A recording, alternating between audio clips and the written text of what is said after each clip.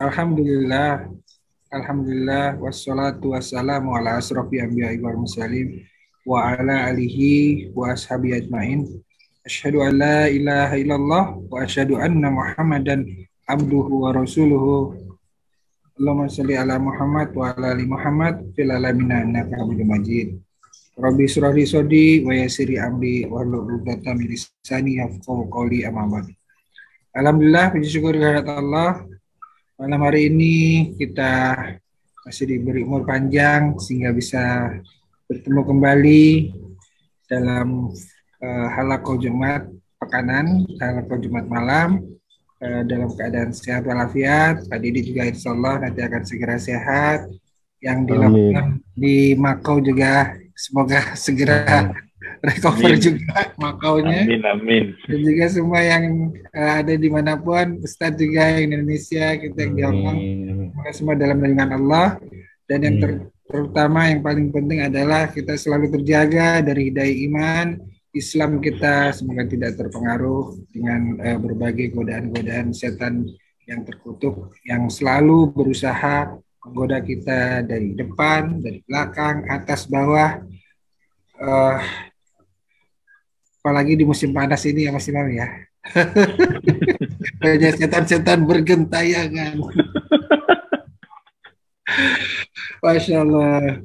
Salam salawat, semoga tetap tercurah untuk junjungan kita Nabi besar Muhammad Sallallahu Alaihi Wasallam, para keluarganya, sahabat-sahabatnya, tabi'in, para salafus soleh, para alim ulama, ustadz-ustazah yang telah memberikan pengajaran kepada kita, yang telah menyampaikan ilmu Islam ini kepada kita, dan semoga kita juga termasuk orang-orang yang senantiasa istiqomah di jalannya, dan semoga kita mendapatkan syafaat dari baginda kita Rasulullah SAW di yaumil akhir kelak. Amin amin ya rabbal alamin. Iwan Fila rahimakumullah, termasuk juga yang ikut menyimak di Facebook. Malam hari ini kita akan membahas satu topik yang cukup menarik, yaitu menutup aib manusia.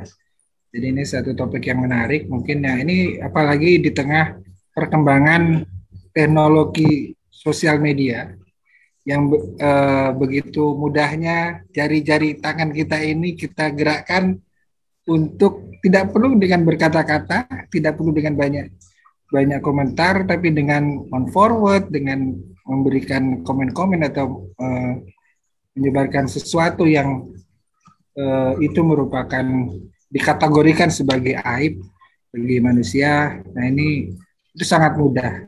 Nah tapi sebenarnya bagaimana kita harus menyikapi hal yang ini dan bagaimana tuntutan Islam dalam masalah ini, dan apa yang sudah Allah berikan petunjuk arahan kepada kita melalui baginda kita Nabi Muhammad Sallallahu Alaihi Wasallam nanti akan dijabarkan dan akan kita diskusikan dengan bimbingan Ustadz kita yang setia setiap Jumat malam menemani kita, Tuhar Ridhoni Marzuk, yang alhamdulillah hari ini sudah bergabung bersama kita melalui media online ini. Dan sebelum kita memulai materinya, marilah kita bersama-sama membaca surat Al-Fatihah untuk keberkahan kita semua. Al-Fatihah. Bismillahirrahmanirrahim. Alhamdulillahirabbil alamin. Arrahmanirrahim. Maliki yaumiddin. Iyyaka na'budu wa iyyaka nasta'in. Ihdinas siratal mustaqim. Siratal ladzina an'amta 'alaihim ghairil maghdubi 'alaihim waladdallin. Amin. Terima kasih. Selanjutnya saya serahkan pada Ustadz untuk menyampaikan bahasannya. Pada Ustadz. Baik. Terima kasih Pak Adi. Bismillahirrahmanirrahim. Assalamualaikum warahmatullahi wabarakatuh. Waalaikumsalam warahmatullahi wabarakatuh.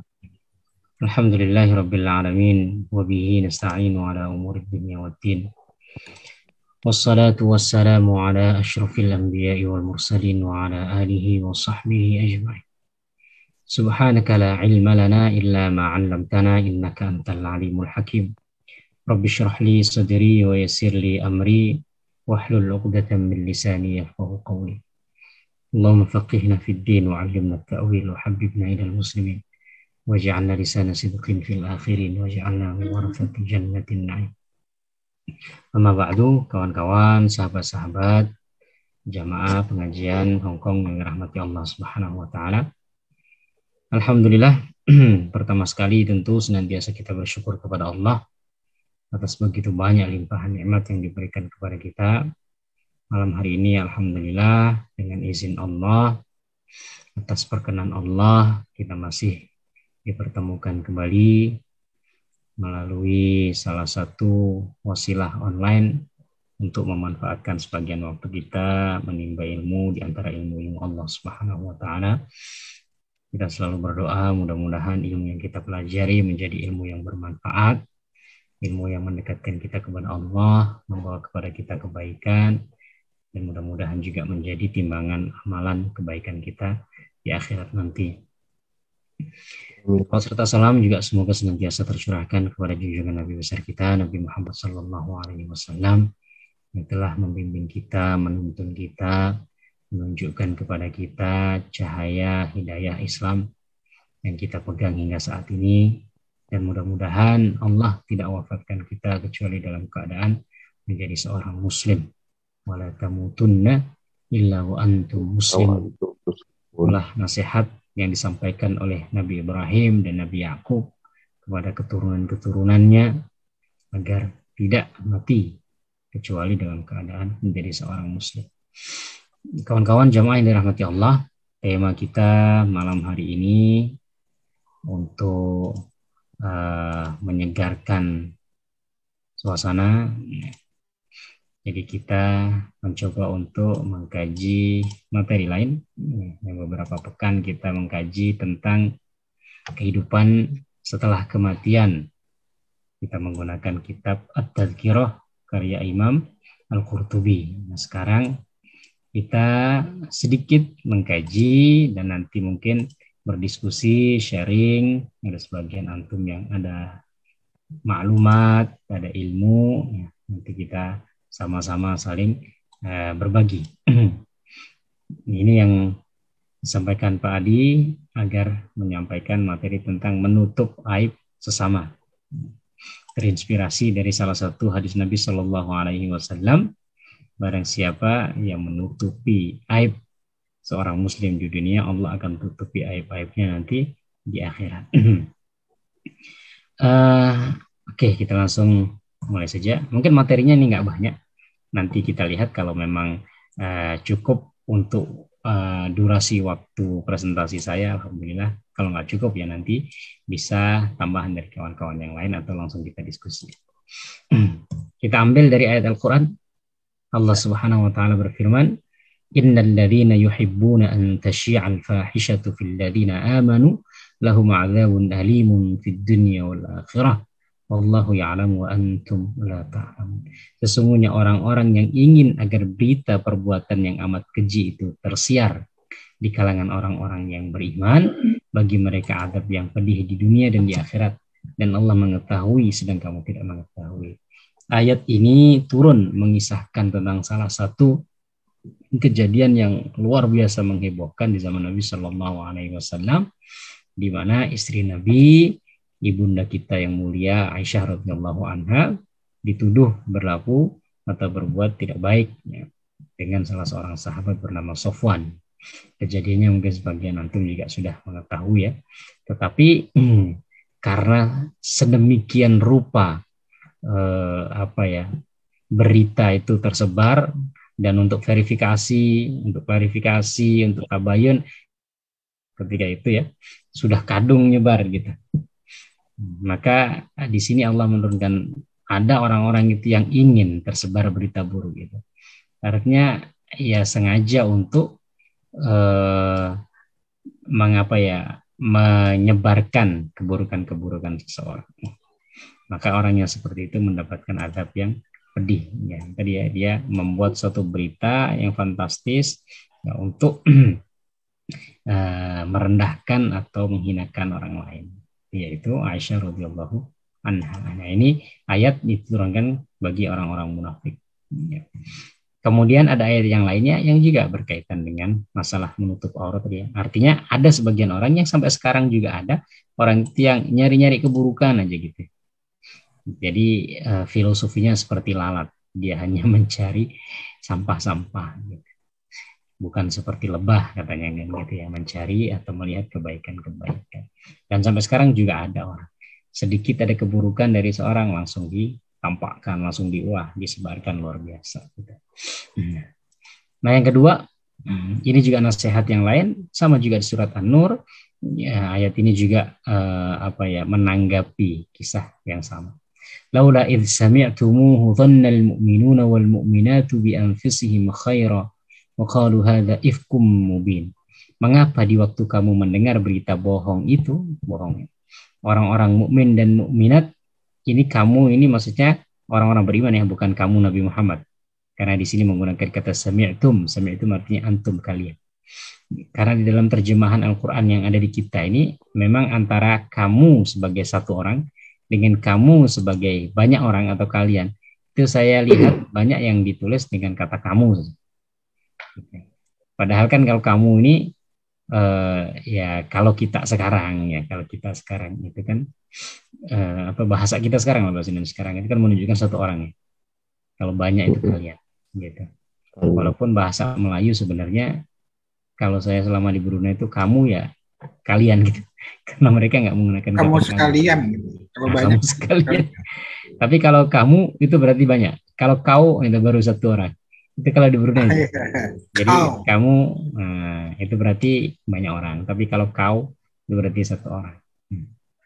Ya intinya supaya nanti kita bisa membedakan ini khitobnya atau pembicaraannya Muhammad atau tertuju kepada umatnya kan gitu ya. Seperti qul huwallahu ahad. Katakanlah ini kan tertuju kepada Nabi Muhammad asalnya, walaupun kemudian disampaikan kepada umatnya gitu. Nah, kamu di sini ini sebenarnya kalian maksudnya. Mengapa kalian orang-orang yang beriman, ya kan, ketika mendengar berita bohong itu tidak bersangka baik terhadap diri mereka sendiri. Diri mereka itu maksudnya di sini dikatakan dengan kata bi anfusihim, diri mereka. Sebenarnya sebagian ulama menafsirkan saudara mereka. Jadi kata anfus itu juga bisa berarti saudara. Diri itu saudara. Dalam surat yang lain itu Bani Israel ya, pernah kan mengikat perjanjian kepada Allah Subhanahu wa taala. Ya, wa tukhrijuna anfusakum min diyarikum. Kalau mengeluarkan diri kalian dari kampung kalian, bukan diri kalian, tapi mengeluarkan saudara kalian dari kampung kalian. Nah, saudara itu disebutkan dengan kata diri kamu, itu menunjukkan bahwa saudara itu memiliki kedekatan luar biasa. Jadi ketika bersaudara itu seharusnya kita menganggap saudara kita itu adalah diri kita. Sehingga ketika dia tersakiti, kita juga merasa tersakiti. Ketika dia bahagia, juga kita merasa bahagia. Nah, kata anfus di sini bisa diartikan diri, artinya tidak mengapa orang-orang mukmin, kalian wahai orang-orang mukmin, ketika mendengar berita bohong itu, kalian tidak berprasangka baik kepada saudara-saudara kalian gitu. Nah, di sini artinya atau kepada diri kalian, maksudnya kalian kenapa tidak menanamkan prasangka baik kepada diri kalian atau kepada kawan kalian. Mungkin sudah terlalu lebar ya. Ya intinya begitulah. Jadi kata diri itu sebagian menunjukkan arti saudara. Karena saudara itu yang seharusnya menjadi seperti diri kita. Artinya di sini Al-Quran ingin menanamkan kepada kita agar berprasangka baik. Jadi kalau ada berita yang tidak baik dari kawan kita, jangan mudah-mudah untuk berprasangka buruk gitu. Kenapa sih kamu nggak berprasangka baik dulu gitu? Kenapa langsung disebarkan berita itu? Padahal berita itu datang dari orang-orang munafik yang ingin menghancurkan Islam dari dalam. Nah, ini nasihat. Dan mengapa mereka tidak berkata ini adalah berita bohong yang nyata? Gitu. Kenapa mereka kok mudah mempercayai? Gitu ya? Oke, ayat yang ketiga. Walaula id sami'tumuhu qultum ma yakunu lana an natakallama bihadza subhanaka hadza buhtanun. Dan mengapa kamu wahai kaum muslimin tidak berkata ketika mendengar berita tentang fitnah kepada Aisyah radhiyallahu anha itu, mengapa kamu tidak mengatakan sekali-kali tidaklah pantas bagi kita memperkatakan ini, maha suci Allah, maha suci engkau ya Allah, ini adalah dusta yang besar. Artinya kenapa kamu nggak ngomong ya Allah itu Aisyah loh, istri Rasulullah, ibu kita, ya. Masa ada berita itu langsung aja diomongin, langsung disebar, langsung di ini. Harusnya kamu bilang nggak layak lah kita membicarakan itu. Itu kan ibu kita, Ummul Mukminin, ya, ibu orang-orang yang beriman. Masa kalau kita mendapatkan keburukan atau suatu aib dari ibu kita langsung kita sebarkan ke orang lain? Dan harusnya enggak, pasti kita akan tutupi sebisa mungkin. Kenapa kamu kok nggak menutupi berita itu? Justru kamu ikut juga, ya kan, ikut-ikutan menyebarkan berita itu. Nah, ini diantara ayat-ayat yang ada kaitannya lah, paling tidak ya, dengan bagaimana Islam itu mengajarkan kepada kita agar tidak mudah menyebarkan aib orang lain. Oke, dari hadis Nabi Shallallahu Alaihi Wasallam, Rasulullah bersabda, maha pemalu lagi maha menutupi. Dia Allah mencintai sifat malu dan menutup aib, aurat atau kekurangan orang. Maka jika seseorang di antara kalian mandi, hendaklah dia menutup auratnya. Menutup ini maksudnya menutup dari pandangan orang. Tidak harus menutup dalam artian setiap mandi juga harus tertutup, enggak. Tapi menutup maksudnya harus ada pembatas antara dia dengan orang lain. Kalau zaman sekarang kan ya kamar mandi kita sudah tertutup semua ya. Kalau zaman dulu kan bisa jadi nggak seperti sekarang. Mungkin sebagian cuma nyari tempat yang nggak jauh gitu aja. Jadi nggak sampai ditutup. Ya, seperti buang air. Gitu. Kadang-kadang ya cuma nyari tempat yang agak jauh gitu. Ya, jadi nggak sampai tertutup. Nah, Islam mengajarkan gitu, agar ya seperti itu tuh ada aurat yang perlu kita jaga supaya nggak kelihatan ya ditutup. Tapi yang penting dari hadis ini adalah bahwasanya Allah itu menutupi aib, menutupi keburukan kita. Maka seharusnya kita juga mencontoh Allah. Artinya ada asma-asma sifat-sifat Allah itu yang patut perlu kita contoh. Allah Maha Pengasih, kita juga harus mencontoh. Kita sudah pernah menyinggung kalau nggak salah sih. Lupa-lupa ingat saya. Jadi nama-nama Allah itu ada Ismul Kamal, ada Ismul Jalal, ada Ismul Jalal. Ismul Jalal itu nama untuk menunjukkan keagungan, ya kan? Allah yang nggak bisa kita contoh, ya kan? Kemudian keagungan yang lain seperti Al-Qahhar, ya kan? Yang maha memaksa, Al-Jabbar, yang maha memaksa juga Jabbar, Al-Mutakabbir. Ada Ismul Kamal. Ismul Kamal itu kesempurnaan seperti menciptakan, ya kan? Kemudian menyempurnakan penciptaan. Nah itu nggak bisa kita contoh. Tapi ada bagian dari nama-nama Allah itu yang perlu kita contoh, namanya Ismul Jamal. Nama-nama yang menunjukkan keindahan. Tadi menunjukkan keagungan, namanya Ismul Jalal. Ya, nggak bisa kita contoh. Ya. Kemudian ada Ismul Kamal yang menunjukkan kesempurnaan, juga nggak bisa kita contoh. Kemudian ada Ismul Jamal, itu yang justru harus kita contoh. Allah Maha Lembut, Latif, Rahim, Maha Pengasih. Kemudian apa yang lain, Afu, Maha Memaafkan. Kita juga mencontoh menjadi orang pemaaf. Nah, di antara nama Allah yang Ismul Jamal ini juga, Innallaha Hayyun Sitir. Sitir artinya yang Maha menutup. Kita semuanya itu kan alhamdulillah Allah tutupi aib kita gitu ya. Kalau Allah tampakkan di hadapan manusia luar biasa, mungkin nggak akan ada orang yang mau berkawan dengan kita, nggak ada orang yang mau dekat dengan kita. Gitu. Maka ada sebagian ulama yang mengatakan di antara kasih sayang Allah yang paling besar kepada kita dengan menutup aib kita adalah tidak menjadikan maksiat yang kita lakukan itu memiliki bekas atau bau. Karena kalau memiliki bekas atau bau, maka bisa jadi orang tahu orang ini habis maksiat, ketahuan. Orang nggak akan mau dekat dengan kita. Dan kita semuanya pasti punya maksiat masing-masing. Ya. Baik dalam kesendirian, maupun dalam terang-terangan. Dan itu dengan kasih sayang Allah ditutupi. Dengan kadang kelihatan di hadapan manusia, kita dilihat orang baik, ya kan? Kita dilihat orang ahli ibadah, kita dilihat orang, ya gitulah. Ya. Tapi itu semuanya bukan karena kita, tapi karena Allah menutupi itu. Nah, karena Allah memiliki sifat menutupi, maka kita juga perlu mencontoh. Kita juga menutupi aib orang lain, termasuk aib diri kita sendiri juga. Hadis Nabi SAW, barang siapa yang meringankan, menghilangkan kesulitan seorang muslim, kesulitan duniawi, maka Allah akan meringankan, menghilangkan baginya kesulitan di akhirat. Dan kesulitan di akhirat jauh lebih besar. Barang siapa yang memberikan kemudahan bagi orang yang mengalami kesulitan di dunia, Allah akan memudahkan baginya urusannya di dunia dan di akhirat. Dan barang siapa yang menutupi aib seorang muslim sewaktu di dunia, maka Allah akan menutup aibnya di dunia dan di akhirat.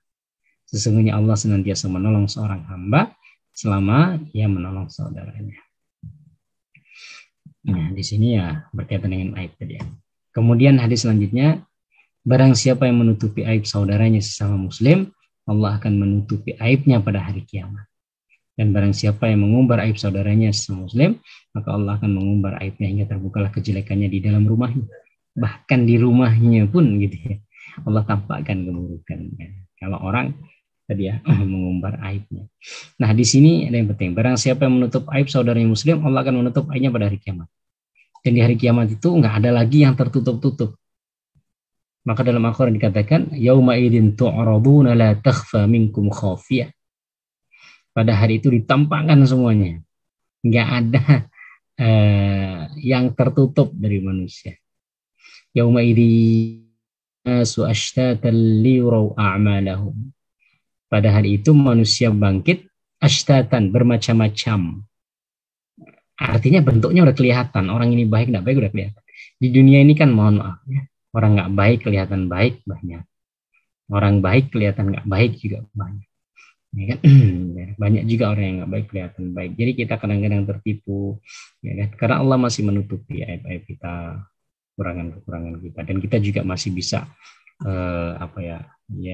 bisa memanipulasi, bisa menutupi, bisa kamuflase dan lain sebagainya. Di akhirat nggak ada. Tadi itu ya, yauma idzin tu'radun, pada hari ini kalian ditampakkan sejelas-jelasnya. La takhfa minkum khafiyah, tidak akan tersembunyi sedikit apapun dari kalian. Artinya semua orang nampak keburukannya. Nah, Allah Subhanahu wa taala bisa menutupi keburukan-keburukan hamba dengan balasan sebagai balasan karena dia pernah menutupi aibnya, aib saudaranya ketika di dunia, ya kan? Ya dengan cara Allah maafkan atau Allah berikan syafaat, Allah mudahkan manusia. Selanjutnya hadis Nabi SAW juga mengatakan aurat artinya keburukan. Ya. Maka aurat kita ini kan sesuatu yang tidak ingin kita tampakkan. Aurat itu sesuatu yang buruk yang tidak ingin dilihat orang lain. Barang siapa melihat aurat atau aib orang lain lalu menutupinya, maka seakan-akan ia menghidupkan bayi yang dikubur hidup-hidup. Wa idzal mau'udatu su'ilat, ya, dan ingatlah ketika bayi-bayi yang ditimbun itu nanti di hari kiamat akan ditanya bi ayyi dzambin qutilat, atas salah apa mereka itu dibunuh. Artinya membunuh anak, terutama anak perempuan ketika masih kecil, itu dulu praktek yang memang dilakukan oleh orang-orang jahiliyah. Banyak atau tidaknya, tapi pasti ada, ya kan? Karena Al-Quran mengisahkan dan beberapa ayat juga dikisahkan tentang fenomena itu, gitu. Itu suatu dosa. Nah, kebalikannya berarti menghidupkan itu kan kebaikan. Barang siapa yang menutupi aib celah saudaranya, maka seakan-akan dia menghidupkan bayi yang dikubur hidup-hidup. Artinya ada kebaikan yang didapatkan. Apa kita perlu menutup aib orang lain? Yang pertama, karena manusia adalah makhluk mulia, maka harus kita muliakan juga. Allah berfirman, وَلَقَدْ كَرَّمْنَا بَنِي آدَمَ وَحَمَلْنَاهُمْ فِي الْبَرِّ وَالْبَحْرِ وَرَزَقْنَاهُمْ مِنَ الطَّيِّبَاتِ وَفَضَّلْنَاهُمْ عَلَى كَثِيرٍ مِّمَّنْ خَلَقْنَا تَفْضِيلًا. Dan sungguh kami telah memuliakan anak cucu Adam. artinya manusia, dan kami angkut mereka di darat dan di laut. Maksudnya kami berikan kemampuan mereka untuk membuat alat transportasi yang mampu mengangkut mereka di darat dan di lautan. Artinya bukan Allah langsung, tapi Allah berikan potensi dengan akalnya mampu membuat alat yang bisa mengangkut mereka di darat dan di lautan. Ini juga tafsiran tentang bagaimana Allah itu mengajari nama-nama kepada Nabi Adam. Saya ketika membaca tafsirnya Sayyid Qutb di tafsir Fidilalil Quran itu, nah, di situ saya menemukan pandangan yang cocok gitu. Jadi selama ini saya berpikir gimana Allah ngajarin nama-nama langsung semuanya. Ternyata di situ maksudnya mengajari nama itu memberikan potensi kepada manusia untuk bisa menciptakan nama benda yang baru diketahui. Artinya ketika orang melakukan suatu penelitian, menemukan barang baru, bisa ngasih nama. Ya kan banyak itu orang-orang Barat terutama ya melakukan eksperimen-eksperimen, kemudian penelitian-penelitian, kemudian menemukan oh ini ada binatang baru, kasih nama ini. Oh ini pohon apa tanaman tumbuhan baru kasih. Nah potensi itu kan nggak dimiliki oleh malaikat. Malaikat diajar dulu, baru dikasih tahu dulu, baru. Jadi kalau nggak dikasih tahu itu mau kasih nama apa gitu. Tapi Al-Quran menyampaikan bahwasanya Nabi Adam langsung bisa. Ketika ditunjukkan nama ini, kasih nama. Gitu. Nah, maksudnya mengajarkan nama itu memberikan potensi untuk bisa memberikan nama barang-barang yang baru ditemukan. Ya kan? Karena kalau seumpamanya di zaman Nabi Adam semua benda-benda sudah dikasih nama, ya banyak benda-benda yang belum ditemukan oleh Nabi Adam. Tapi ada potensi manusia. Begitu juga ketika Allah menyampaikan di sini, dan kami bawa mereka, kami angkut mereka di darat dan di lautan. Maksudnya kami berikan potensi kepada manusia itu untuk bisa membuat alat membawa mereka di darat, di laut, bahkan di udara gitu ya. Dan kami beri mereka dan kami lebihkan mereka di atas banyak makhluk yang kami ciptakan dengan kelebihan yang sempurna. Yang Allah jadikan manusia ini makhluk yang mulia. Ayat yang populer kita hafal, laqad khalaqnal insana fi ahsani taqwim. Sesungguhnya kami telah menciptakan manusia dengan sebaik-baik penciptaan. Maka karena manusia itu mulia, ya kita harus muliakan.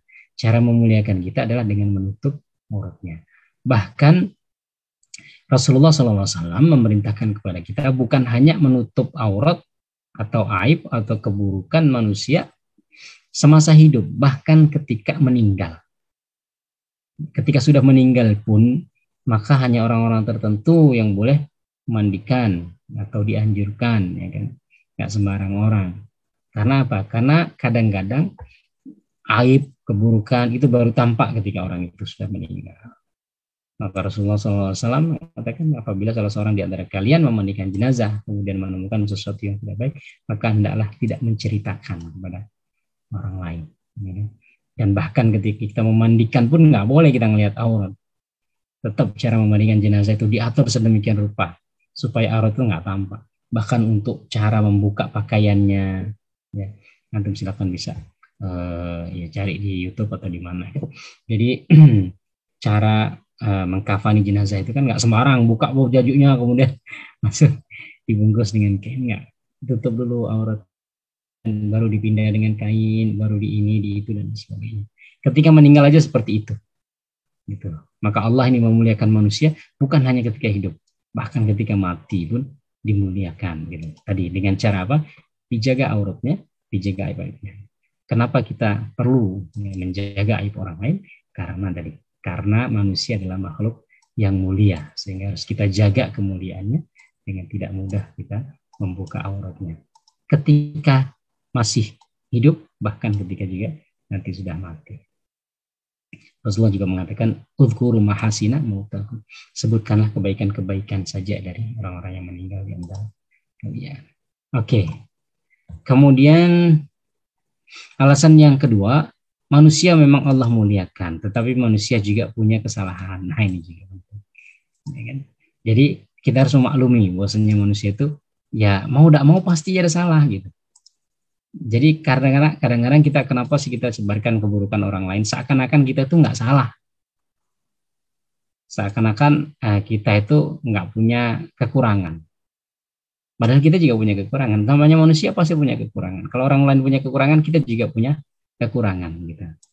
Maka mau menyebarkan kekurangan orang lain itu, kita pikir kita pernah berbuat salah tidak sih? Iya juga, ya udah. Namanya manusia kan, ya wajar kalau dia berbuat salah gitu. Gitu ya. Seandainya para hamba Allah ya maksudnya tidak melakukan dosa, niscaya Allah akan menciptakan makhluk lain yang melakukan dosa. Kemudian Allah akan mengampuni mereka. Dan Dialah yang Maha Pengampun lagi Maha Penyayang. Jadi dosa itu sudah menjadi tabiat manusia. Dalam hadis yang lain, kullu bani Adam khata'un. Kata Rasulullah SAW, setiap anak Adam itu pasti berbuat salah, pasti berbuat dosa. Wa khairul khata'in at-tawwabun. Sebaik-baik yang berbuat dosa, berbuat salah adalah yang bertaubat. Artinya mau nggak mau, maka kadang-kadang kita itu mohon maaf ya melihat ada ulama itu yang kok seperti itu mereka salah ya gitu. Jadi, masa ulama hebat kayak gini, masalah itu aja nggak tahu. Kita yang orang awam aja tahu. Gitu. Kita orang awam aja nggak terpleset ke situ. Masa ini? Itu kadang-kadang Allah sengaja. Gitu. Pernah kita singgung mungkin di sini. Allah bikin sengaja, Allah bikin dia salah, sehingga untuk menunjukkan bahwasanya yang sempurna hanya Allah. Yang terjaga hanya Nabi Muhammad SAW. Dan kalau kita membaca buku-buku para ulama luar biasa, kadang-kadang kita kok seperti ini bisa orang seperti Ibnu Hazm itu salah satu ulama kalangan kelompok Zahiri ya. Itu diakui kepakarannya dalam masalah fikih, usul fikih. Tapi beberapa pendapatnya ya kok bisa keluar pendapat seperti itu. Kadang-kadang kita agak janggal gitu ya. Pernah kita singgung juga tentang bagaimana larangan kencing di tempat yang air tergenang, kan tidak boleh. Tapi kalau semuanya kencing di botol, kemudian botol itu dibuang ke tempat air tergenang tadi nggak apa-apa. Kenapa? Karena perintahnya itu jangan kamu kencing di tempat yang tergenang, kemudian kamu mandi di dalam. Saya kan tidak kencing di situ, saya kencing di botol, cuman botol itu saya alirkan ke situ. Tapi kan ya gimana gitu. Kita orang awam aja paham lah maksudnya itu jangan sampai memberikan suatu najis atau kotoran di air yang tidak mengalir gitu. Dengan cara apapun. Salah satu caranya ya maaf dengan cara kencing langsung. Tapi selain kencing langsung ya sama juga gitu. Jadi memberikan najis. Tapi ya tadi Allah alam dan banyak lagi ulama-ulama yang lain. Itu supaya kita juga tidak mengkultuskan ulama terlalu berlebihan. Tapi semua ada kekurangannya dan juga ketika kita mendapatkan kesalahan dari ulama kita wajar itu semuanya tertutupi dengan kebaikannya kemudian dengan perjuangannya untuk Islam dengan ilmunya ya dan lain sebagainya. Nah kita harus sadari bahwasanya manusia pasti punya salah dan kita juga punya salah sehingga ketika kita harus membuka aib orang lain, ya kita juga terjaga, kita juga punya salah, bisa jadi sama atau bahkan lebih besar kesalahan kita dari saudara kita. Selanjutnya, setiap manusia ingin diperlakukan baik. Kalau orang itu nggak mau dibuka aibnya, kita juga kan nggak mau dibuka aib. Kan seperti itu ya. Artinya kita kan nggak mau juga dibuka aib kita. Tapi kenapa sih kita harus buka aib orang? Maka kenapa kita harus menutupi? Karena kita juga ingin aib kita ditutupi. Ini ada satu kisah, ya mungkin nggak ada sambungannya dengan tentang aib, tetapi ada kias analoginya. Suatu hari ada seorang pemuda menemui Nabi SAW lantas berkata, wahai Rasulullah, izinkan aku berzina. Rasulullah SAW menjawab, mendekatlah. Apakah engkau suka jika hal itu dilakukan kepada ibumu? Tidak, demi Allah, wahai Rasulullah. Semoga Allah menjadikanku. Demikianlah juga orang lain. Mereka tidak ingin hal itu menimpa ibu-ibu mereka. Apakah engkau suka jika hal itu dilakukan kepada putrimu? Rasulullah melanjutkan sabdanya, tidak demi Allah Rasulullah. Apakah engkau suka jika hal itu dilakukan kepada bibi-bibimu, saudari ayahmu? Tidak demi Allah Rasulullah. Demikian juga orang lain, mereka tidak ingin hal itu menimpa bibi-bibi mereka. Apakah engkau suka jika hal itu dilakukan kepada bibi-bibimu, saudari ibumu? Tidak demi Allah wahai Rasulullah. Demikian juga orang lain, mereka tidak ingin hal itu menimpa bibi-bibi mereka. Nah, Rasulullah itu memberikan semacam kiasan, analogi ya. Kamu mau berzina, yang kamu zinai siapa? Ya perempuan. Perempuan itu anak orang, mungkin bisa jadi suami istri orang, bisa jadi bibi orang. Ya. Ibu kamu, bibi kamu, anak kamu mau nggak dizinai? Oh, ya udah. Akhirnya sadar. Gitu juga ya. Kita mau nyebar aib orang, mau nggak antum kalau disebar aibnya? Nggak mau, ya udah. Maka dalam masalah akhlak ini ada satu nasihat dari Ali bin Abi Thalib. Dia mengatakan, amilun nas kama tuhibbuna ayyu amilukum. Pergaulilah manusia sebagaimana kalian ingin. Artinya perlakukan manusia sebagaimana kalian ingin diperlakukan. Kalian ingin diperlakukan baik, berlakulah baik pada manusia. Kalian tidak ingin diperlakukan buruk, ya jangan berlaku buruk kepada manusia. Kenapa sih kita ini harus menjaga atau tidak membuka aib saudara kita? Karena tadi kita juga nggak ingin dibuka aib kita. Semua manusia bersaudara. Kalau kita merasa bersaudara, maka kita pasti menginginkan kebaikan bagi saudara kita. Gitu. Saudara kandung nih, ada kakak atau adik. Ya. Maka kita pasti menginginkan kebaikan kepada kakak dan adik kita itu. Kalau ada keburukan, kita juga sedih. Ya. Nah, ketika kita juga sesama manusia, ini semuanya ya manusia. Ini kan juga bersaudara. Rasulullah SAW mengatakan, wahai sekalian umat manusia, ketahuilah sesungguhnya Tuhanmu satu, nenek moyangmu juga satu, kamu semua berasal dari Adam, sedangkan Adam berasal dari tanah. Kamu semua itu satu saudara, anak cucu keturunan Nabi Adam. Maka ada ikatan persaudaraan sesama manusia. Manusia juga saudara kita, Muslim maupun non-Muslim, ini secara umum. Bahkan nabi-nabi itu disebutkan juga bersaudara dengan kaumnya, walaupun kaumnya. Wa ila adin akhuhum hudan, dan kepada kaum Ad kami kirim saudara mereka Hud. Nah gitu. Jadi Nabi Hud itu dianggap saudaranya kaum Ad, padahal kaum Ad itu ingkar kepada Nabi Hud. Tapi tetap dianggap saudara. Saudara sama manusia, atau sekarang dianggap sebagai saudara sebangsa. Maka Ustaz Abdul Somad itu kan banyak perkataannya ya. Wahai kalian yang beragama lain, kalian memang beda agama dengan kami, tapi kalian tetap bersaudara dalam satu negara dengan kita. Nah, gitu. Kalau saudara, maka kita pasti menginginkan kebaikan bagi saudara kita. Kemudian selanjutnya, sesama Muslim lebih bersaudara lagi. Sesama manusia kita bersaudara. Sesama Muslim lebih bersaudara. Karena kalau sesama Muslim, maka ada 3 persaudaraan setidaknya. Pertama, persaudaraan sesama manusia. Kedua, kalau kita warga negara berarti persaudaraan sesama warga negara. Yang ketiga, persaudaraan sesama agama. Artinya persaudaraan antar kita dalam satu agama lebih kuat. Jadi menginginkan kebaikan kepada saudara kita lebih besar. Maka Rasulullah mengatakan, la yu'minu ahadukum hatta yuhibba li akhihi ma yuhibbu li nafsihi. Tidak beriman salah seorang di antara kalian sehingga dia mencintai apa yang dicintai oleh saudaranya. La yu'minu hatta yuhibba li akhihi ma yuhibbu li nafsihi. Sehingga mencintai untuk saudaranya. Sehingga mencintai untuk saudaranya apa-apa yang dicintai untuk dirinya. Ini sepertinya sudah pernah kita singgung. Maksudnya kalau kita cinta, kita ingin ada kebaikan pada diri kita, gitu. Kita juga ingin, kita juga senang ketika kebaikan itu ada pada saudara kita, kan gitu, pada orang lain. Beda dengan orang munafik. Kalau orang munafik itu kan dalam surat Ali Imran kalau nggak salah. In tamsaskum hasanatun tasuhum wa in tusibukum sayyi'atun yafrahu biha. Apabila kamu mendapatkan keburukan, mereka senang. Orang-orang munafik. Kalau kamu mendapatkan kebaikan, mereka tidak senang. Maka ketika perang Badar, Rasulullah dan para sahabat menang. Wah, luar biasa. Hatinya sempit.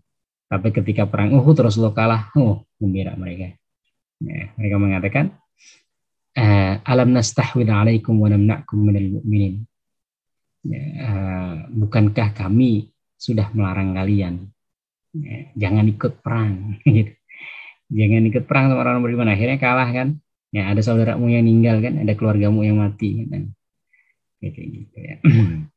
Nah, ketika kita merasa bersaudara sesama muslim, maka justru tadi kebalikannya. Kalau ada kebaikan pada dia, kita senang. Kalau ada keburukan, kita tidak senang. Maka ketika ada aib yang terungkap, saudara kita kan nggak senang. Berarti kita juga seharusnya nggak senang. Oke, selanjutnya, itu diantara kenapa sih kita harus menutup aib orang lain, gitu ya? Karena setidaknya poin-poin itu. Kemudian bagaimana cara menutup aib orang lain? Pertama, berprasangka baik. Berprasangka baik artinya kita berikan prasangka, oh mungkin, melihat kawan kita, oh mungkin dia nggak tahu, oh mungkin dia belum belajar, oh mungkin dia lupa, oh mungkin dia. Suatu kali ada seorang sahabat namanya Ma'is datang kepada Rasulullah SAW. Ini nanti juga banyak kita kisahkan di sini. Ma'is ini kan berzina. Kemudian datang kepada Rasulullah. Rasulullah, bersihkan diriku. Aku berzina. Rasulullah nggak langsung. Oh ya udah, sini. Aku hukum. Rasulullah nanya dulu. Ente mabuk nggak? Gitu. Waras nggak? Artinya kalau mabuk, ya berarti bisa jadi hukumannya beda. Gitu. Karena dia melakukan itu bukan dalam keadaan sadar. Jadi Rasulullah ingin husnudzon gitu. Karena kalau dia berzina langsung hukumannya berapa? Langsung rajam. Tapi kalau dia karena mabuk, nah bisa jadi. Kan? Jadi mabuknya ya, tapi mabuknya hukumannya lebih ringan daripada berzina. Tanya lagi, enggak Rasulullah. Jangan-jangan kamu cuma cium aja. Gitu. Artinya nggak sampai berzina, cuma cium aja kali. Dah Rasul beneran. Atau jangan-jangan kamu cuma meluk aja. Enggak beneran. Jadi ini yang hilang dari, mohon maaf ya, dari kita sebagai umat Islam ini. Berprasangka baik kepada sesama kita ini ya sudah sedemikian genting gitu ya, darurat. Jadi ketika mendapati suatu hal langsung diungkapkan keburukannya gitu ya. Jadi tidak, oh dia orang muslim, mungkin ini mungkin itu dan lain sebagainya. Kita melihat sholat ada kawan kita kok nggak sesuai dengan amalan ibadah kita, nah, mungkin dia belum belajar, oh mungkin dia lupa, oh mungkin dia ini, nggak langsung disalahin, oh ente kayak gini gitu ya. Kan ada semacam anekdot itu ya, kenapa orang itu lebih betah ke tempat-tempat diskotik. Ketika ada orang mecahin gelas di tempat diskotik, wah diiniin sama pramusajinya kan, oh pak nggak apa-apa pak ini ya, malah dia yang minta maaf gitu, pelayannya yang minta maaf, nggak apa-apa pak gini gitu.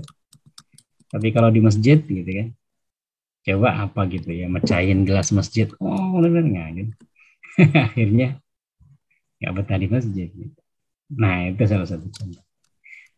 Telah menceritakan kepada kami, Bishr telah menceritakan kepada Imam Ahmad, jauhilah prasangka buruk, karena prasangka buruk adalah ucapan yang paling dusta. Janganlah kalian saling mendiamkan, jangan suka mencari-cari isu, jangan mencari-cari keburukan, saling mendengki, saling membelakangi, serta saling membenci. Tetapi jadilah kalian hamba-hamba Allah yang bersaudara. Yang kedua, berpaling ketika melihat. Artinya ketika melihat keburukan dari saudara kita atau kawan kita, ya kita usahakan untuk menghindar, bukan justru tadi ya, mencari-cari atau kita korek-korek dan lain sebagainya. Ini sebagian kita mungkin pernah mendengar juga ada seorang ulama itu namanya Hatim Al-Asom. Asom artinya tuli. Namanya aslinya itu Hatim. Tapi dijuluki Hatim si tuli. Nah, gitu. Ini kisahnya. Dikisahkan datang kepadanya untuk meminta sesuatu, bertanya. Tanpa sengaja perempuan itu mengeluarkan ketut dengan suara yang sedikit keras di hadapan Imam Hatim. Perempuan itu pun merasa malu dan menjadi salah tingkah. Dalam riwayat yang lain, mukanya kemudian merah. Gitu ya. Melihat keadaan itu, Imam Hatim Al-Asom berusaha mengalihkan perhatiannya dengan berpura-pura tuli. Imam Hatim berpura-pura tidak mendengar kentut perempuan itu. Beliau berkata, hai, keraskanlah suaramu. Intinya, dia kan nanya sesuatu. Keraskan, aku tidak dengar. Gitu. Padahal dia ingin mengungkapkan bahwasanya kentutnya tadi nggak kedengar. Karena aku tidak mendengar apa yang kamu bicarakan. Imam Hatim berpura-pura agar perempuan itu menyangka bahwa Hatim tidak mendengar kentutnya yang membuatnya malu. Lalu perempuan itu mengulangi ucapannya dengan suara keras dan Imam Hatim menjawabnya dengan suara agak keras pula. Setelah urusan mereka beres, perempuan itu pulang dengan hati gembira karena menganggap suara kentutnya tidak didengar oleh tokoh guru besar Khurasan. Sejak peristiwa itu hingga 15 tahun, Imam Hatim al-Assam selalu berpura-pura tuli dan selama itu pula tidak ada seorang pun yang menceritakan kepada perempuan itu bahwa sebenarnya pendengaran Imam Hatim al-Assam normal ya, orang lain. Ya, luar biasa. Jadi karena tidak ingin menyinggung, ini kan aib ya. Itu di hadapan seorang yang mulia ya. Karena nggak ingin nyinggung, pura-pura tuli. Selanjutnya menasihati. Diriwayatkan bahwa Ma'is berkata kepada Abu Bakar, Ma'is yang tadi yang kita kisahkan. Jadi Ma'is ini ya datang mengakui kesalahannya berzina kepada Rasulullah. Nah Ma'is itu sebelum datang ke Rasulullah datang ke Abu Bakar. Ya, Abu Bakar. Ya, kalau ada orang yang berzina, itu gimana? Artinya saya ini berzina. Abu Bakar berkata, apakah kamu telah menceritakan ini kepada orang lain? Ma'is berkata, belum. Bertaubatlah kepada Allah. Tutupi dengan penutup dari Allah. Sesungguhnya Allah menerima taubat dari hamba-hambanya. Ya udah, kamu tutupi. Dan ini saya pernah mengalami sendiri. Ada orang yang bercerita seperti itu kepada saya. Ya, setidaknya ada 2 atau 3 orang yang benar-benar pernah cerita. Yang melakukan suatu dosa yang seperti Hatim ini. Ya saya bilang udah tutup. Taubat kepada Allah. Kepada Hatim. Kepada siapa? Kepada Allah. Udah tutup, anggap nggak ada, tapi benar-benar kamu taubat kepada Allah Subhanahu Wa Taala. Bahkan ada yang 2 keluarga benar-benar datang kepada saya, kemudian menceritakan tuh. Jadi anaknya ini memang ngaku berdua kepada keluarganya. Ya saya bilang udah nggak usah dibawa ke pengadilan. Kalau mau udah selesaikan silahkan. Mau dinikahkan monggo, kalau nggak mau dinikahkan suruh mereka berdoa taubat. Tutupi, anggap nggak pernah terjadi. Suatu saat kalau memang Allah jodohkan dengan yang lain ya silahkan gitu. Maksudnya kalau memang nggak dinikahkan kemudian Allah jodohkan dengan pasangan yang lain silahkan. Kalau mau dinikahkan ya monggo. Nah ya bukan apa sih tapi ya saya terinspirasi dari kisah. Dan Ma'is juga datang kepada Abu Bakar kepada Umar. Dan kisah ini agak panjang ya. Datang kepada Umar dan Umar juga mengatakan begitu ya, tutup bertaubat kepada Allah, Allah menerima taubat. Sampai kepada Utsman. Tetapi kemudian Hatim ini, Hatim lagi. Ma'is ini masih merasa berdosa gitu. Wah kok nggak tenang. Akhirnya benar-benar ngomong kepada Rasulullah. Kalau ngomong kepada Rasulullah berarti udah sampai ke hakim. Udah sampai kepada penguasa. Kalau udah sampai kepada penguasa, maka penguasa akan memberikan ya, hukuman gitu. Maka sebelum sampai ke penguasa, tutupi. Maka nanti ada hadisnya juga yang lain setelah ini. Artinya menasehati. Ya memang kita berpaling melihat keburukan tadi, tapi juga perlu kita menasehati ya.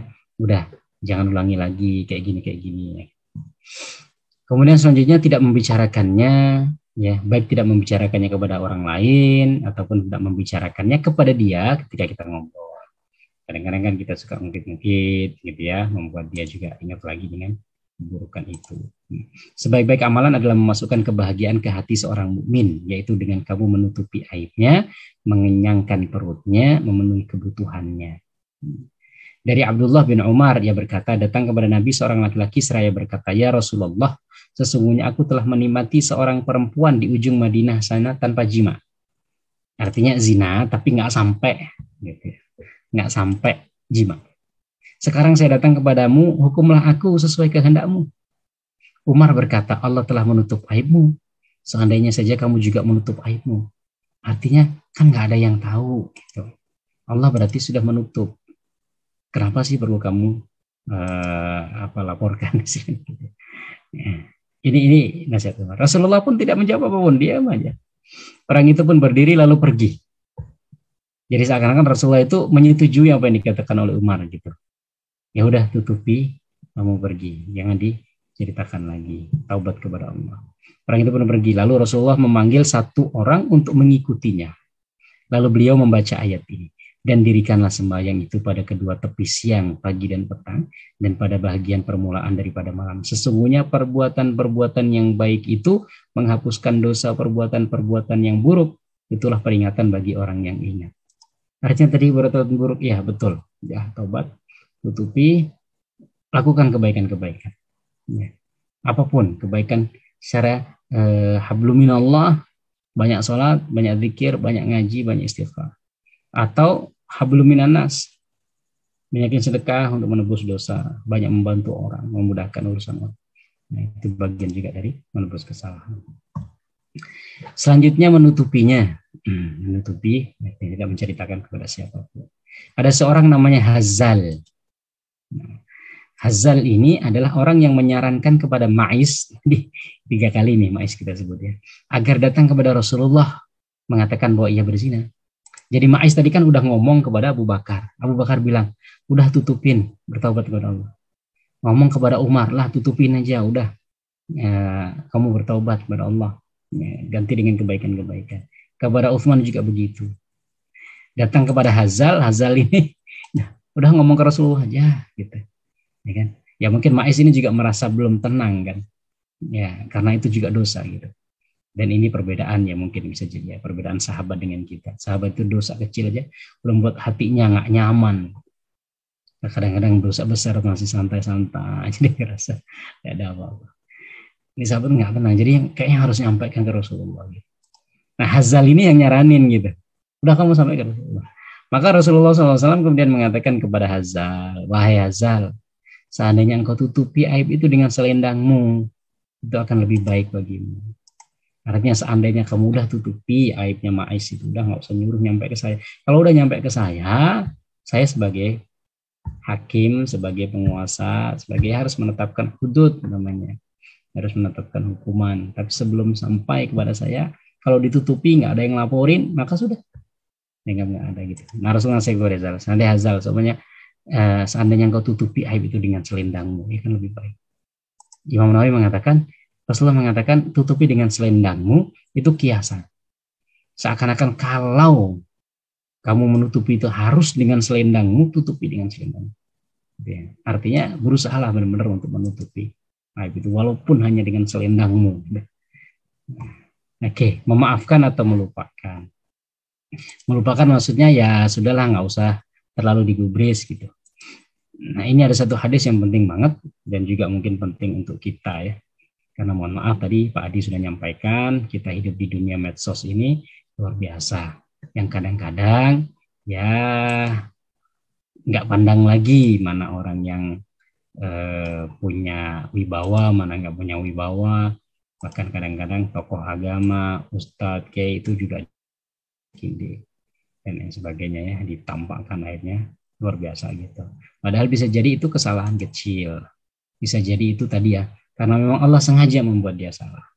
Padahal itu kadang-kadang pleset gitu. Nah di sini ya Nabi SAW bersabda, maafkanlah, lupakanlah orang-orang yang punya kedudukan kesalahan-kesalahan. Terutama orang yang punya kedudukan, yang punya posisi, yang selama ini kelihatan dia itu taat, kelihatan baik, ya. Kelihatan ya orangnya nggak neko-neko lah. Gitu. Terus suatu kali mungkin dia kepleset, mungkin suatu kali dia semuanya ada. Ustaz tadi Hidayah kita lihat pernah juga, ya Ustaz Abdul Somad, Ustaz Reza Basalama, siapa lagi ya, Syafiq Basalama, dan lain sebagainya, semua Ustaz, semua kiai, semua orang pernah kepleset tanpa sengaja, ini tanpa sengaja gitu. Ya kan, itu kadang ya kita udah tahu lah mereka kan orang-orangnya baik-baik juga. Ya kan selama ini nggak kayak sebagian orang yang memang benar-benar ingin menimpakan keburukan dalam Islam. Nah, tapi kadang-kadang tadi ya mohon maaf ada orang-orang yang hatinya kotor, lihat oh ini bukan ustadz golongan saya, pas kepleset udah diangkat, luar biasa. Jadi kan kan satu lagi juga sama begitu. Nah ini hadis ini penting, maafkanlah atau lupakanlah orang-orang yang punya kedudukan kesalahan-kesalahan. Maksud posisi yang baik yang selama ini kita lihat kebaikannya, istiqomahnya di bidang agama. Kalau dia kepleset, dia salah, ya kadang dengan sengaja, kadang tidak dengan sengaja. Ya udah kita maklumi lah istilahnya. Apalagi kadang-kadang mereka juga sudah mengakui kesalahan, sudah minta maaf dan sebagainya. Selanjutnya ternyata cukup banyak juga di materi. Menasehati, tapi menasehati dalam kesendirian. Dengan menasehati di depan umum, karena menasehati di depan umum itu adalah penghinaan. Ini saya belum sempat terjemahkan, mohon maaf, jadi saya baca aja. Ini nasihat Imam Syafi'i, apa namanya, syair yang dibuat oleh Imam Syafi'i. Ta'ammadni binushika fin firadi, nasihatilah aku ya dalam kesendirianku. Wajannibnin nasihata fil jamaah. Jangan kamu nasihati aku di depan jamaah, di depan banyak orang. Fa inna nusha bainan nasi nau'un minat taubih.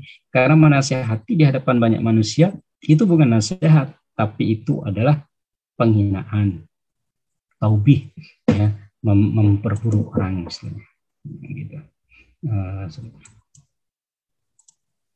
La ardo mau dengar, artinya kalau kamu nasihati tapi di depan orang, ya itu bukan nasihati, itu menjelekan saya dan saya nggak akan dengar. Fa in khalaftani wa asaita qawli fala tajza' id lam tu'ta ta'ah. Kalau kamu tidak dengar juga, maksudnya kalau kamu tetap menasihati aku dalam keramaian orang, maka ya sudah, aku juga nggak mau dengar nasihat kamu. Aku tidak mau manfaatin. Ini menasihati dalam kesendirian. Menyebut secara samar. Jangan menyebut nama, ya kan? Kalau bisa disamarkan. Dan inilah yang dilakukan oleh Nabi Shallallahu Alaihi Wasallam. Dari Aisyah radhiyallahu anha bahwa Nabi Shallallahu Alaihi Wasallam jika sampai kepadanya keburukan dari seseorang, beliau tidak mengatakan mengapa fulan mengatakan ini, mengatakan itu.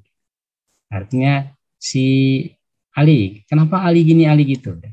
Tapi beliau mengatakan mengapa suatu kaum mengatakan ini, mengatakan suatu kaum, ya sekarang banyak orang. Banyak itu hadisnya. Jadi satu kali Rasulullah bilang, kenapa suatu kaum itu sholat menadahkan matanya, melihat ke atas. Gitu. Kalau mereka masih seperti itu, maka Allah akan hilangkan pandangannya. Jadi nggak nyebut orang, padahal ya yang ngamalin bisa jadi 1-2 orang. Kenapa suatu kaum ini? Kenapa suatu kaum ini? Banyak Rasulullah. Jadi ada banyak hadisnya yang menyebutkan suatu kaum, jadi menyamarkan. Kenapa ada orang yang begini-begini? Tidak disebutkan namanya. Ya kan, disindir saja. Ya, menasihati orang lain juga menasihati dia. Melaporkan kepada hakim, ini mohon maaf juga belum sempat saya terjemahkan ini, saya baca aja.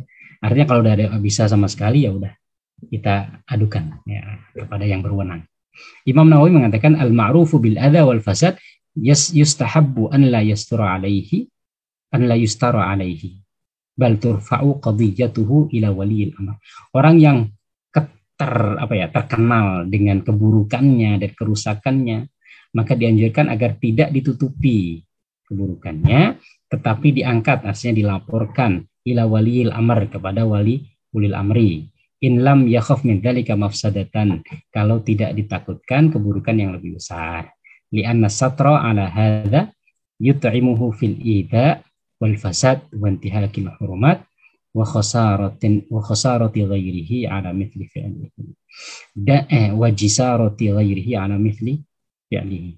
Karena kalau ditutupi maka justru seperti memberi makan untuk orang itu memberi melancarkan keburukan yang lebih banyak lagi dan menjadi jembatan bagi orang lain untuk melakukan apa yang dia lakukan. Oke, yang selanjutnya menyampaikan terang-terangan jika ditakutkan keburukan lebih besar. Mungkin Pak Bambang yang baca. Testing. kan ada harakatnya nih. Waqala Ibnu Mansur li Abi Abdillah Ahmad bin Hanbal, "Idza ulima minar rajuli al-fujur, anukhbiru bihin nas." Dikatakan kepada Imam Ahmad bin Hanbal, kalau diketahui dari seseorang yang fujur, banyak dosa, banyak keburukannya, ya kan? Apakah kita perlu menyampaikan kepada manusia? Qala la bal yasturu alaihi, enggak, tetap ditutupi. Illa an yakuna da'iyah, kecuali dia ngajak gitu. Artinya keburukan dari orang ya tetap berusaha untuk kita tutupi. Tapi kalau dia ngajak orang untuk keburukan seperti itu, ya udah. Ya kan? Kita harus terang-terangnya. Qala Ibnu Hajar Al-Asqalani, dzakara an-Nawawi anna man jahara bi fisqihi. Imam Nawawi mengatakan bahwasanya orang yang terang-terangan dalam kefasikannya, au bid'atahu jahara fi au bid'atihi, atau dalam melakukan amalan bid'ah terang-terangan, jaza dzikruhu bima jahara bihi, maka boleh untuk disebutkan secara terang-terangan dosa yang dia lakukan secara terang-terangan tadi. Mau dia aja nggak nutupin kok, gitu. Ngapain kita nutupin gitu? Maka Allah benci orang-orang yang berbuat dosa dengan cara terang-terangan, gitu ya. Ya dia aja nggak mau nutupi, kok ngapain kita nutupi. Tapi Imam Nawawi mengatakan duna malam yujahir bihi, tapi jangan yang lain gitu. Artinya dia punya dosa 10 nih, yang ditambahkan 5. Ya udah 5 itu aja sampaikan. Yang 5 yang dia masih melakukannya secara tersembunyi ditutup-tutupi, jangan juga dibawa-bawa gitu. Jadi dengan seperti itu pun Imam Nawawi masih tetap mengajarkan adab untuk kita menutup aibnya. Oke, nah ini ada kisah para ulama salaf dalam menutup aib sesama, tapi materinya belum saya masukkan. Nggak tahu Pak Adi mau dibaca atau kita cukupkan. Materinya sih masih bahasa Arab, ada beberapa contoh bagaimana ulama-ulama kita dulu itu sedemikian rupa menutup aib samanya gitu ya. Tapi kalau memang dicukupkan, kita diskusi ya silahkan. Kalau memang perlu saya baca beberapanya ya silakan Pak Adi, saya kembalikan dulu karena udah agak panjang nih. Iya. Mungkin nanti ada satu mungkin buat contoh ya Ustaz. Tapi sebelum masuk ke kisah-kisah tadi para ulama salaf, mungkin ada yang mau ditanyakan dulu teman-teman. Saya sebenarnya sudah ada, ya. Ada. Pak Bambang, enggak? Iya, iya betul. Bismillahirrahmanirrahim. Itu kejadian kan banyak tuh sekarang tuh, pesantren-pesantren gitu. Ada ininya, ustadznya atau itu yang apa? Yang berbuat tidak baik gitu sama santri-santrinya atau santriwatinya. Nah, itu ada sebagian yang mau menutupi, ada sebagian mau buka gitu. Itu gimana tuh? Kalau tadi ngelihat cerita itu memang daripada keburukan lebih buruk lagi, mendingan betulin dilaporkan gitu ya. Harus dibuka gitu ya, walaupun itu aib. Begitu. Ya. Iya betul, pas ini kasusnya ya. Iya. Yang baru di Jawa Timur nih. Temanya pas berarti Ustaz ya. Ya, temanya pas. Lagi in. Ya gimana Ustaz? Ya. Memang ada istilahnya dalam hidup kita ini kan ada idealis. Ya, ada sesuatu yang idealis, ada sesuatu yang realistis ya kan. Artinya apa yang kita baca mungkin tadi terlalu ideal gitu ya. Untuk kehidupan kita yang mungkin nggak semuanya bisa kita terapkan, tapi tetap membaca kisah-kisah yang ideal seperti itu yang untuk menjadi contoh. Nah, tentang keadaan yang tadi itu, wallahu a'lam, mungkin kita ngambil dari sikap yang keberapa tadi ya, yang kita laporkan ke penguasa atau kita laporkan ke pihak yang berwenang.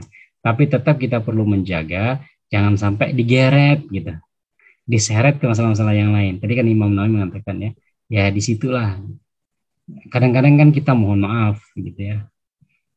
Ada tokoh lah, ada dulu tokoh politik ya kan, apalagi tokoh politik itu politik partai Islam, kemudian tokohnya juga lulusan pesantren ini itu ya kan, karena korupsi ini wah dibawalah ke kehidupan keluarganya ya kan, sampai ini itunya dan lain sebagainya. Nah, kadang-kadang kita juga gitu, apalagi ya mohon maaf, media-media itu kan ya suka cari sensasi yang sedemikian rupa. Terakhir kemarin mohon maaf ini ya, ada salah satu lembaga filantropi itu yang dia kena kasus, kemudian dia dibawa juga ke person-personnya, di akhirnya ya kebawa yang lain juga dianggap sama. Akhirnya ya ada orang yang hati-hatinya mohon maaf lah, hatinya memang sakit gitu, yang ketika menemukan keburukan itu udah diungkap semuanya, sehingga ya wallahu alam gitu, udah bukan lagi menginginkan kebaikan. Dasar itu kebebasan pers ya Ustaz. Bisa jadi kebebasan pers, bisa jadi ya tadi ada yang hati yang harus ya mungkin hati sakit lah kita anggap, yang memang tadi goreng sana goreng sini, dikaitkan ke sana dikaitkan ke sini, akhirnya nggak sesuai dengan tema utamanya itu ya ngalir-ngalir juga ya. Ya Allah alam sih. Nah, kita juga untuk mengkotakkan secara pasti juga agak sulit juga ya. Misalnya, oh ini kapan ini harus disimpan, kapan harus dibuka. Mungkin tadi ya kalau memang ditakutkan itu akan berdampak buruk kepada orang lain, terus keburukannya itu bertambah, ya, gitu ya. Maka ya udah kita laporkan atau kita tadi ya kita sampaikan secara terang-terangan. Tapi kalau semuanya tadi dosanya kita ngelihat orang ini mungkin setelah ini dia bertaubat. Kalau kita lihat orang seperti Ma'is tadi, ya kita bisa yakin bahwasanya itulah sekali. Mungkin dia benar-benar nggak bisa menahan diri, mungkin dia benar-benar ini, sehingga dia sampai harus menyampaikan. Dia disuruh taubat karena tidak nampak dari dia itu akan berterusan. Tapi kalau mungkin yang ya salah satu tokoh yang di Jawa Timur di pesantren itu, ya mungkin bisa jadi kalau kita biarkan, ya kan, dia nambah terus gitu korbannya itu. Kalau korbannya nambah terus kan bisa jadi keburukannya lebih, ya perlu gitu. Mungkin. Wallahu alam. Mungkin dari yang lain juga ada yang bisa ngasih pandangan. Ya tadi Ustadz sebenarnya ya nanya tadi profesi wartawan itu gimana harusnya ya kalau kayak gini kan. Wartawan itu kan menyebarkan berita. Nah, semakin bagus beritanya, semakin menarik ulasannya, semakin banyak narasumbernya itu semakin meriah gitu, semakin diminati gitu kan. Nah itu kayak gimana Ustaz kalau kayak gitu ya Ustaz? Bad news is good news gitu ya. Kadang-kadang kan mencari kontroversi, berita-berita yang judulnya kontroversi, isinya itu juga, tapi Iya. wah, seolah-olah gimana gitu, framingnya apa gitu. Iya betul. Ada kemarin tuh baru saya baca itu di apa ya? Ternyata lah isinya gitu juga gitu. Kalau nggak salah apa ya? Ada salah satu tokoh pengacara itu yang bilangnya, yang dibilang apa namanya dituduh punya istri dua, terus di situ dia bilang agama saya membolehkan, gitu. Padahal dia tuh nyampaikan bahwasanya itu fitnah, istri saya cuma satu, gitu. Tapi kalaupun punya dua itu kan agama membolehkan, gitu. Jadi beritanya kan si A dianggap beristri dua, kemudian komentarnya suami saya agama saya membolehkan. Duh, jadi kan langsung dibawa ke Islam. Oh, Islam membolehkan poligami gitu. Padahal sebenarnya dia membantah istrinya dia cuma satu, kan. Tapi kalaupun istrinya lebih dari satu kan agama membolehkan. Allah alam sih, nah kadang-kadang ya juga itu perlu hati-hati juga tentang wartawan. Ya mungkin sebagian juga kalau nanya tentang profesi pengacara, nah itu juga saya Allah alam lah, mungkin nanti malah takut salah juga memberikan jawaban. Ya kita bisa timbang-timbang lah maksudnya ya, kalau kita sebagai wartawan atau apa kita bisa timbang-timbang mana yang kira-kira baik untuk disampaikan, tidak baik untuk disampaikan. Apalagi kalau kebawa yang gosip-gosip itulah sih sebenarnya sih ya, yang gosip-gosip artis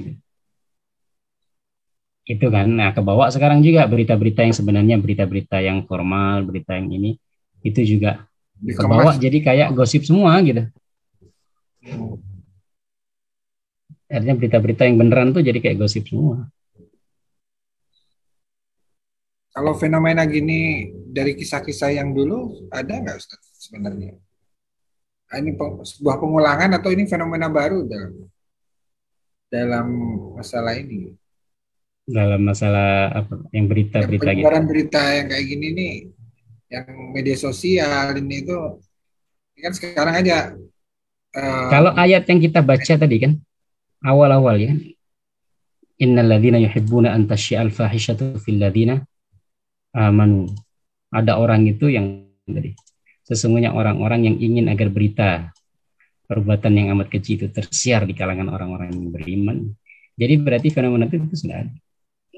Dan fenomena itu terjadi di zaman Nabi SAW, bahkan dengan istri beliau gitu. Yang berita itu sedemikian rupa. Karena tadi ada orang-orang yang hatinya sakit, tadi orang-orang munafik, wah udah dapat tuh langsung di blow up gitu ya, langsung dicari apa yang kira-kira sensasional. Wallahu a'lam.